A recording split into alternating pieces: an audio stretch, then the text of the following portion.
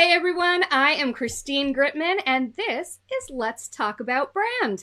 I do the show every single Friday at 12 noon Eastern Time, where I bring on a smart friend to, guess what? Talk about brand. And this is also a partner to my Twitter chat on Tuesdays, Chat About Brand, and you'll be seeing some pop-ups from that chat during this episode. Today we're going to be talking about branding with expertise, but before we do that, I want to let you know about this week's amazing giveaway.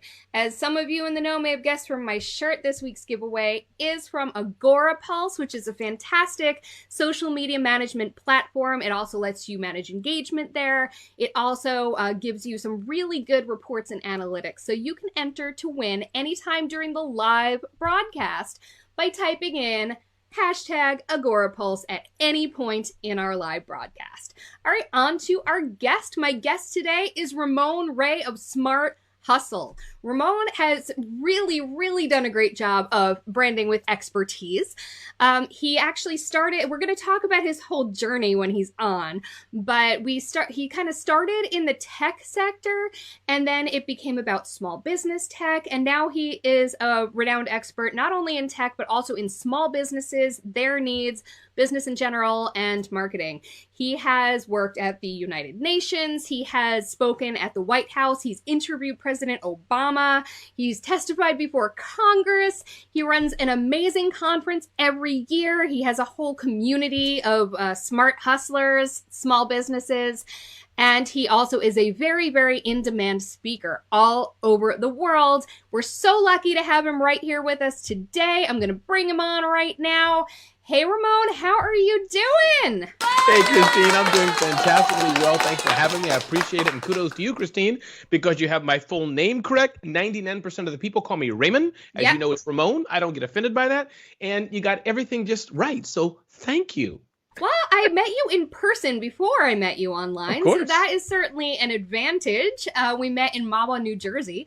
Right. And I forgot to mention during your intro that you've also written 4 books, including The Celebrity CEO, which is fabulous, and I love the color of the book. Yes.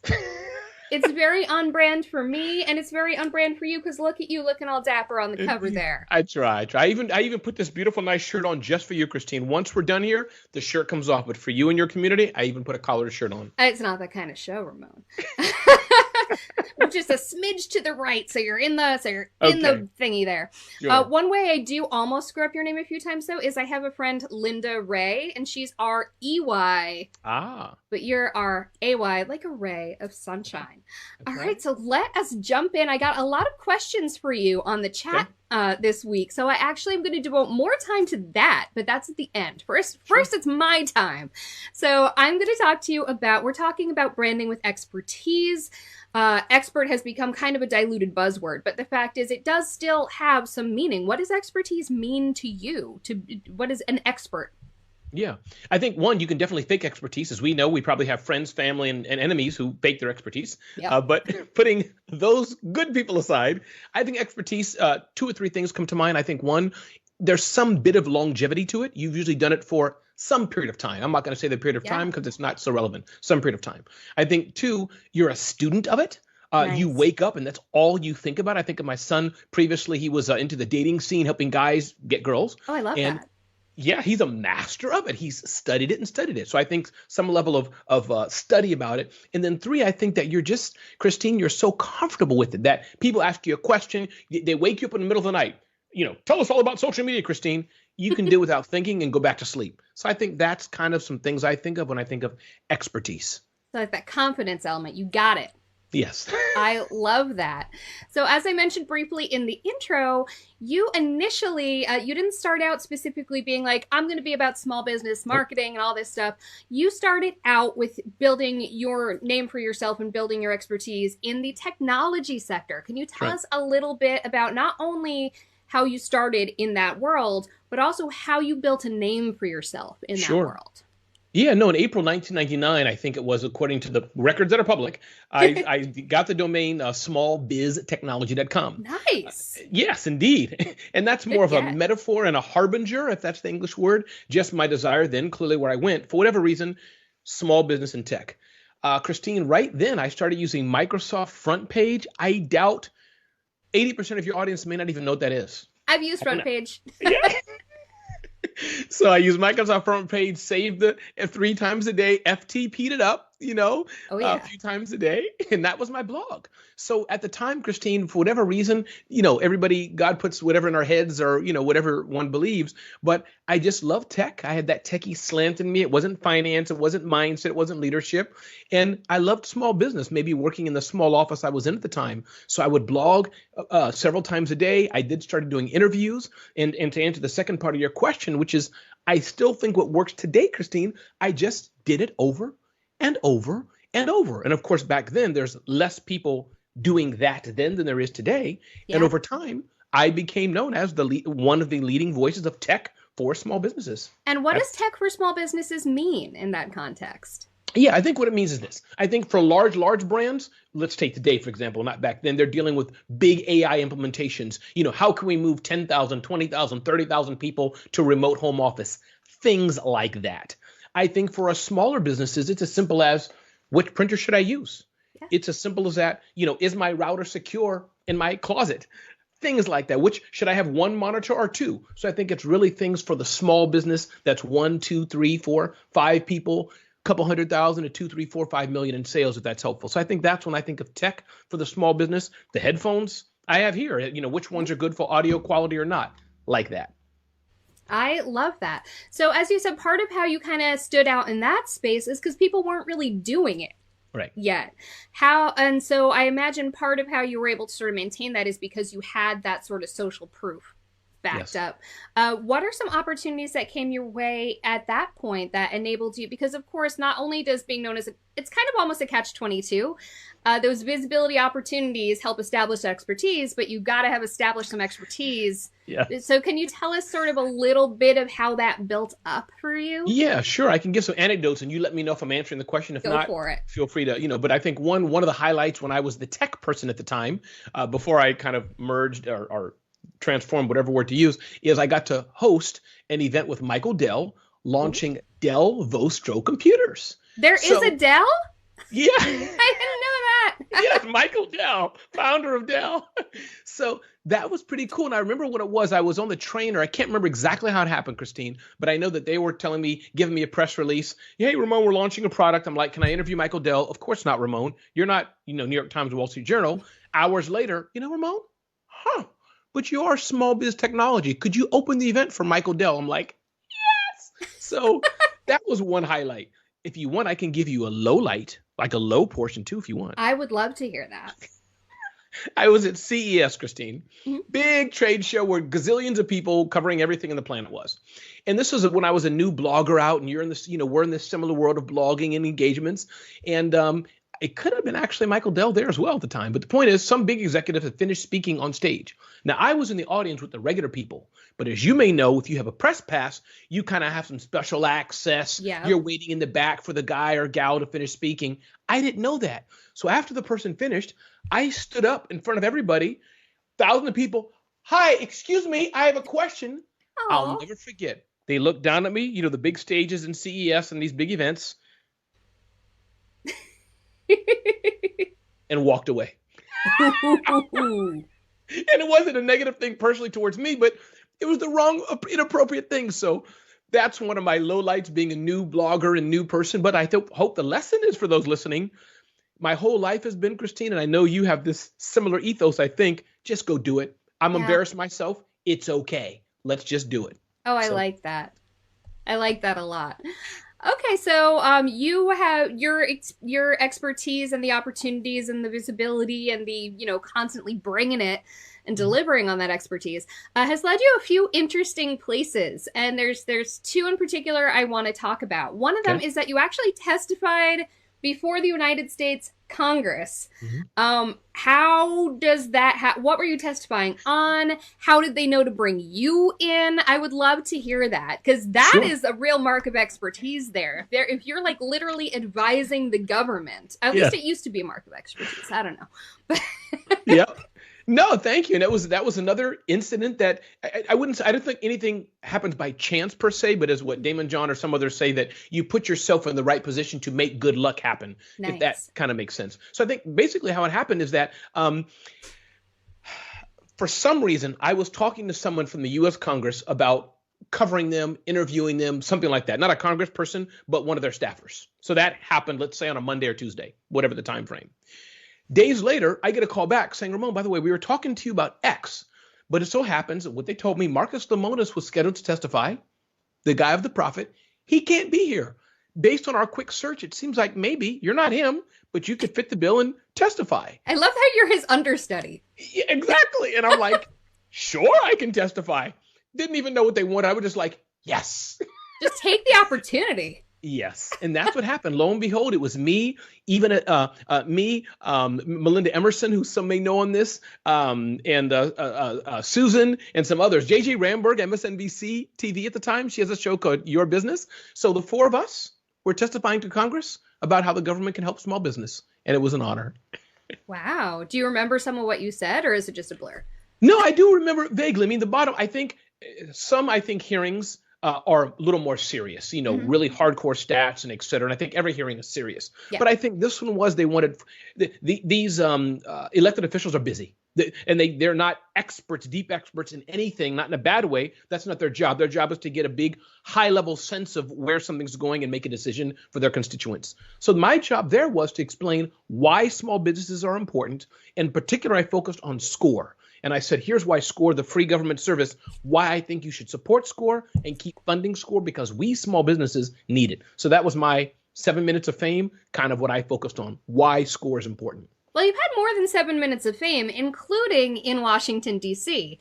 So that's the next thing I'm going to ask about. It's sort of a two-parter, and I don't know if they're connected to the Congress thing or not. So that's another question you can answer. But you interviewed President Barack Obama in his first live stream. Mm-hmm. That's right. So how did that come to be? Yeah. Well, we were neighbors and we were hanging out. We played basketball together. And when he was elected, he was like, yo, Ramon. He called me RR. He said, and I was like, yo, I called him B at the time. And I just did it. You had me there for a second. For a second, I was like, did Ramon live in Chicago? No, but that was another great team. So the interviewing the president, that was really cool, Christine. Google had a contest where they had a call out for Americans to say, hey, who wants to interview the president? And to my understanding, as I recall at the time, 300,000 people applied to interview Barack Obama during his about first or second year or so in office. And this was a kind of the thing probably between Google and YouTube and the White House or something. I applied. And lo and behold, I went through a series of interviews, your policies and the Republican, Democrat, what are you going to have to present, all these things. Me and four other Americans got the chance to interview him. And my question was focused on the aspect of, at the time, and people can fact check it, I think there was a thing that he was going to combine the various departments of the U.S. government together. And I was just, again, Christine, going to brand, this helps people, and you can help me unpack this. It's not so much the question that's important, but the context. So meaning I could have asked him anything, but I figured, this is in the news. He'll probably want a chance to clarify this because small business is big. So I said, dear President Obama, why are you making small business not important and blending them all together? That was the essence. It got him a chance to say, no, Ramon, small business is important and blah, blah, blah. So that kind of makes sense what I'm trying to say? Yeah, you asked a question that you knew he'd have a vested interest in responding to in a very complete way. It was also very on brand for you. You asked him about something that really is in your wheelhouse of expertise. That's right. I was thinking of talking to him about, fisheries or wildfires or, women's health or something. But I figured, I'm Ramon's small business. Let me focus on my area of expertise. I love that. And then I'm sure when people went to look you up after seeing you during that, they found more of that. It cemented the impression that you had already put in there. To that end of cementing that impression of being about brands and small business and all of that, you were actually brought into the White House to consult.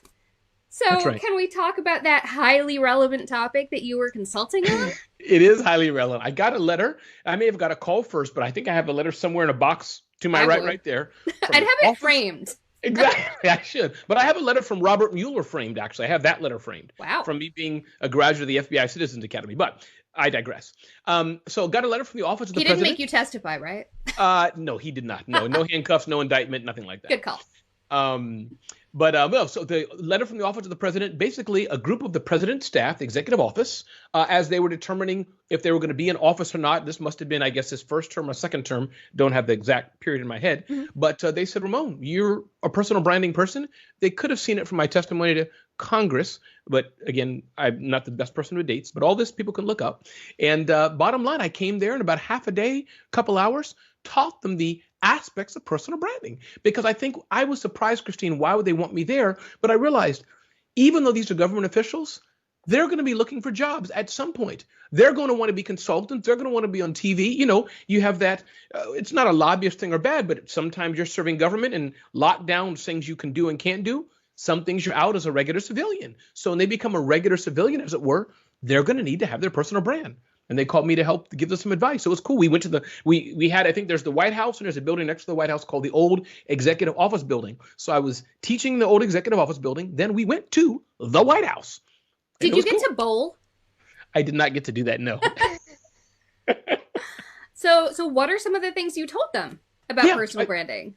Yeah, some of the key things I think are what I'll share today, I think, is that I think there's a few components that are important for personal branding. I think, to make a decision, is it about the corporate brand or is it about you as a person? I personally think, yes, the Bose headphones or Agora Pulse, your sponsor, right? You can have it about the corporate brand, but I think for us small businesses, as Christine does so well, maybe the company name is Gritmon LLC and Cats or something.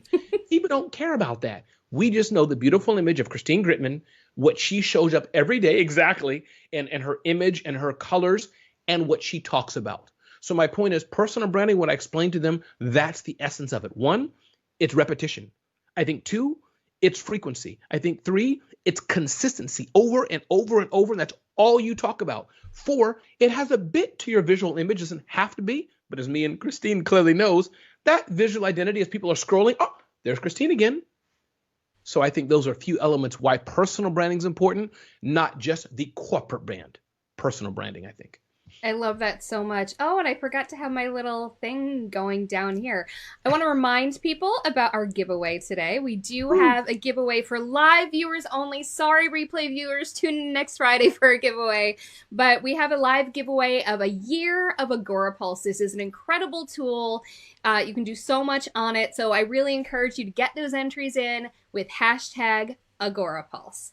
I'm going to move actually earlier than I normally do into the audience questions from from Tuesday's Twitter chat. I also highly encourage people in the comments to ask questions. Tim actually has one, which is for non-Americans. What is SCORE? If you could just answer that real quick. Yes, SCORE, what it stands for, used to stand for Service Corps Retired Executives, but basically it's a free government service.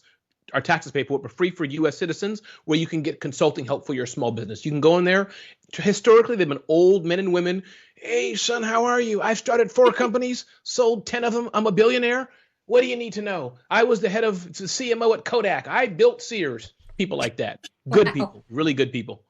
And that's an incredible resource. Yes, it is. Score.org. Those who want to know, score.org. It's all free. Awesome. All right. You touched on this before, but you may have another story about it. I don't know. But Dewey wants to know, everyone makes a mistake. So which mistake have you made in the past that you learned the most from or value the most? Wow. And I've made a lot of them. I think I'll list a few. If you haven't, you haven't tried anything. Yeah. And all of them I haven't learned from, Christine. But I think one is I'm very compulsive. That's my biggest problem. I say yes fast without thought. That's one. I think 2, I'll give a tactical example. As you know, Christine, I do events. That's one thing I do. I'm not a consultant. You know, you have amazing clients who work with you. For me, we all have clients one way or another, but not quite one-on-ones. Yeah. But I do events. That's a large part of my revenue. So I figured, hey, I do events in New York City area. I get hundreds of people at my events locally. Absolutely. I can fly 2,000 miles west to California. Same playbook. Because I'm Ramon. Everybody's just going to come. Right? I took about, $50,000 investment, give or take, did my event because everybody's going to come. Christine, totally Zippo failure. I've had that exact experience. Thank you. Thank you. Right. You think that, hey, I did it, whatever the metaphor means, X location. I'm Christine. I'm Ramon.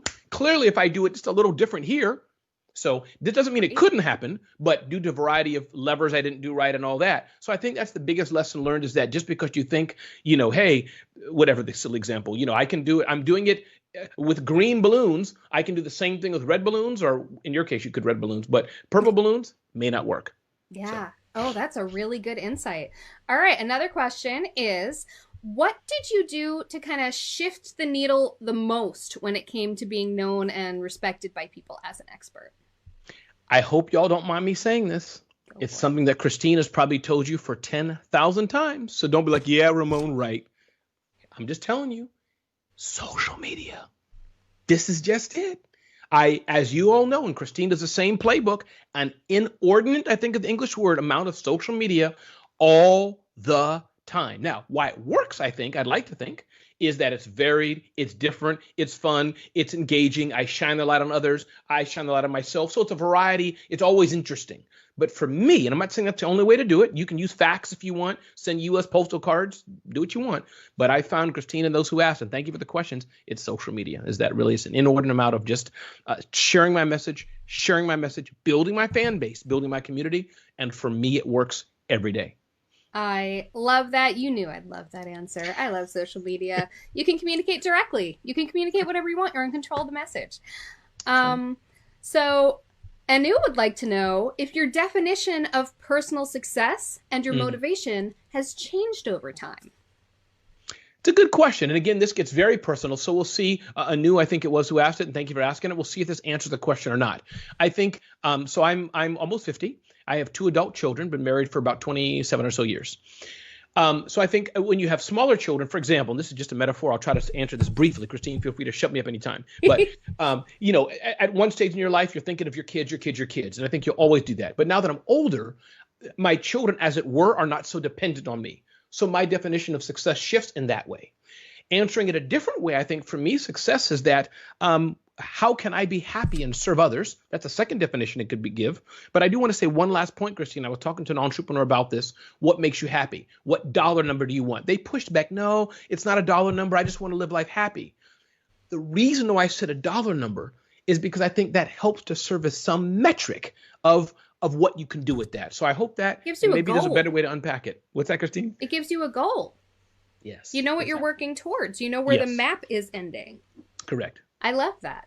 All right. So Swastika would love to know your favorite Smart Hustle story. However you want to define that. Okay. One just happened, and this is a live show today. You can look on my LinkedIn. Is that I love... oh, boy.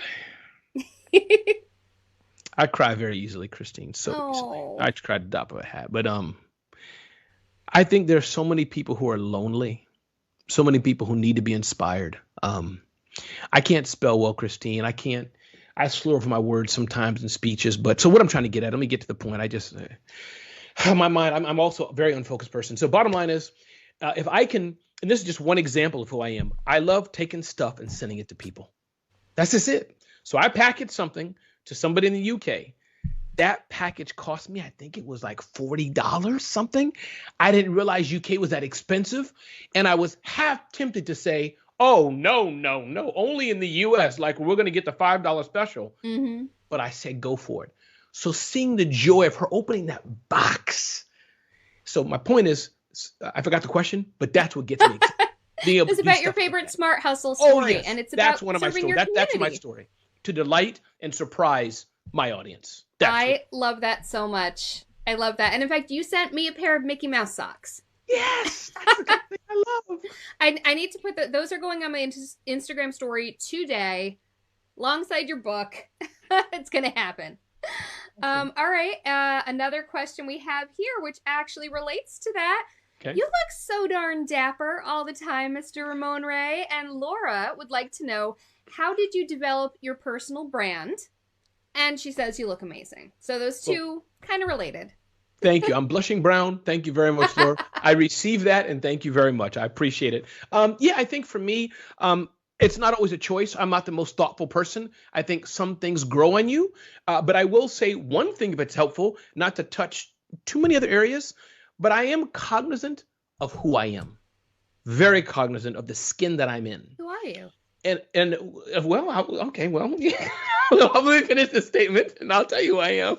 Very cognizant of that. So I guess what I'm trying to say is I always want to be not a bit better, but I always want to be as sharp as I can for the occasion. I'm not putting a whole tie on today where, it's an online show, right? But I'm cognizant of some guys or gals, maybe they can dress a bit different. That's their style also. But for me, I think that the image you have is important because people may not give you a chance when they're seeing you walk towards them. They're just seeing one image. And I think if I can upscale that a bit, I'll have an edge, if that's helpful.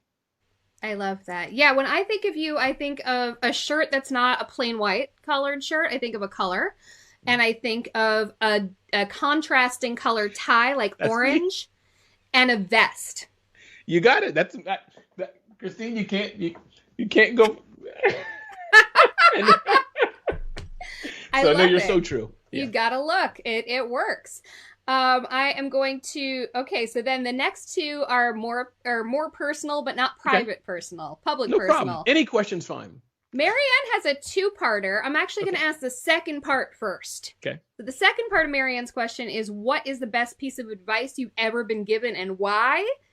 And then we'll get to the other part. Okay.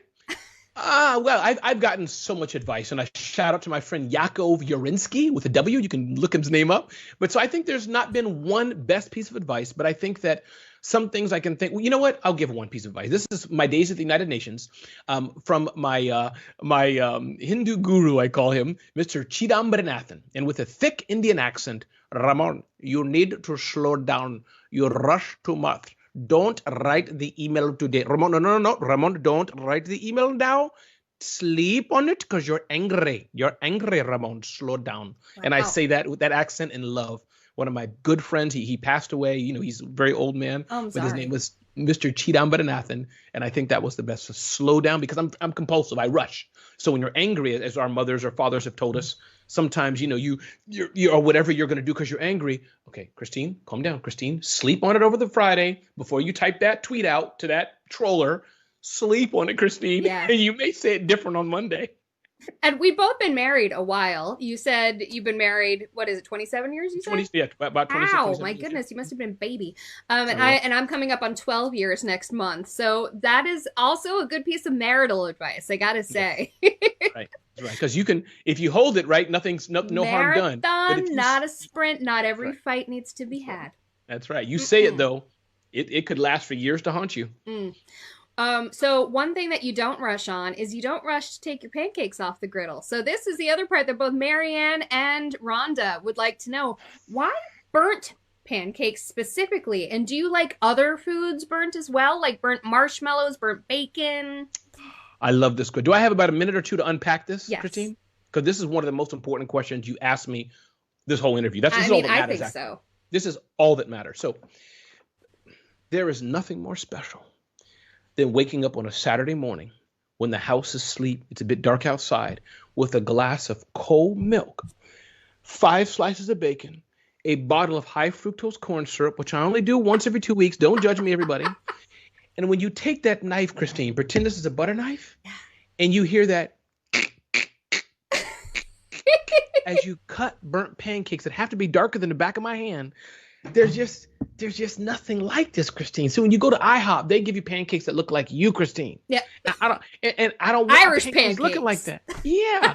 I want my pancakes looking darker than me, so I got to make it myself. I'm just having fun. But the point is, yes, I like burnt pancakes, nothing else burnt, but I just like that taste of it. And they don't have to be, I don't want them like smoking, but the point is crisp. There's a textural contrast. Yes. The textural contrast. You don't want the outside to feel fluffy and soft. Exactly. And most 90% of Americans probably like that. You have the whipped cream and all that and blueberries and blackberries and put peanut butter on it. No. All right. And I'm actually going to announce our winner of our Agora Pulse giveaway. And then I'm going to ask you the final question. Okay. Saving that one for last. The winner of our Agora Pulse giveaway, the winner of a whole darn year of Agora Pulse's large plan is Mr. Tim Lewis. Congrats, Tim Lewis. And I believe I have your email address, but just in case, message me anyway so that I can make sure to hook you up. So congratulations, Tim, and thank you for being here. Ramon, before we sign off, Amanda wants to know your favorite song to play on the piano. I'm not too much a song person, but I will say I could go with Amazing Grace, how sweet the sound. So that's one song. Classic. I love it. Well, thank you so much, Mr. Ramon Ray. Where can people find you? Where should people find you, and why? Best place is RamonRay.com. You can download the 10 slides. People ask me all the time. I have a weekly Thursday 2 p.m. email, and I'm friends with Christine. So RamonRay.com is the best place to go. And Christine, you are awesome. I just want to give a prop to you. Everybody, I hope you retweet this. Hang out with Christine's shows, what she's doing. When you see that awesome red, beautiful imagery and her beautiful smiling face, make sure you support what Christine's doing because she's legit off the chain. Oh my goodness. Thank you so much, Ramon. You are amazing. I'm so honored that you were here. And everyone should also actually go pick up The Celebrity CEO, which is Ramon's awesome book. He has 4 books, actually, but this one is red, so it's obviously the best one. Speaking of books, I have a very special set of guests and giveaway next week. Next Tuesday, first of all, join us for Chat About... Oh, whoops, wrong overlay. Next Tuesday, I have a very special Chat About branding a collaboration. Because, of course, collaborations can be tricky, right? You want to make sure you're collaborating with the right people. You want to make sure you divide up the work evenly and the glory, all that. And it gets that much more complicated when you have 4 people with very strong personal brands. So on Friday, this same bat time, same bat channel, we've got the 360... I can't do the Vanna White thing in mirror.